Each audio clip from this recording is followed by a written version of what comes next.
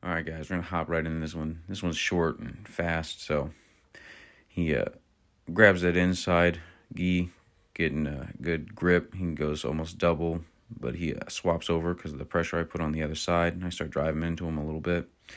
He goes for that little leg thing, but I grab the top of his shoulder and use that to control him, just like controlling anyone's shoulders or hips. That's their biggest fulcrum points. If we can use that, we can control the spine. Right here, I'm going to set up an Ezekiel choke because I'm being sneaky and lazy.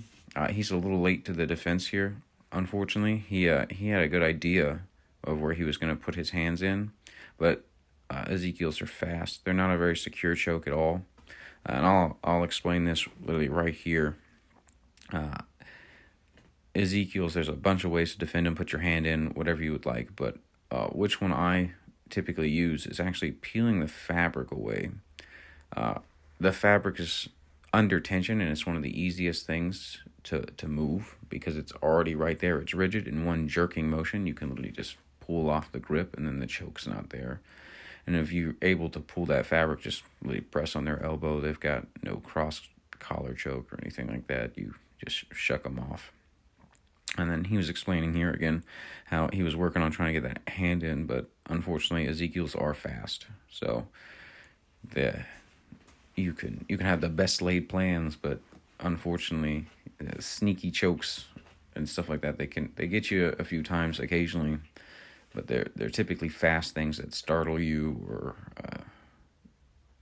I don't know, more like work it in. But here he goes back for controlling that inside gi, so I take his and I start playing with his lapel to bring it on top to control.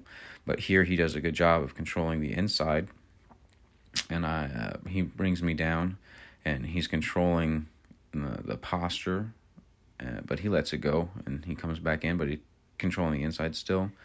And then right here is when things start to change around a little bit. He turns his body to sideways, and this allows me to get that sweep in, and I control his roll, so he can't roll anywhere with my knee, and I keeping that pressure. But then I go too far forward because I was going to put a little bit more head pressure in to control him, but I'm giving him the escape too much. Luckily, gi is all forgiving because my hand's all wrapped up in there, so he can't really go too far. So I'm setting up in that arm bar position, and right here you can put a lot of pressure, isolate limbs.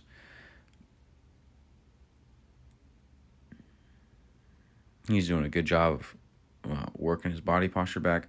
I'm not entirely sure why he was grabbing the gi, but I'm assuming it's to try to control my posture for the hip bump sweep and stuff like that. But I thought the arm crossing of the body, super smart. Y'all just saw, but I start working that leg up, and you see how his shoulder walks away because he can see the danger, right? And then he puts it into a reversal.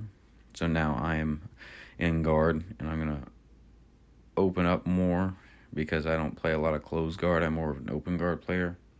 Closed guard is very good, but I prefer more open style.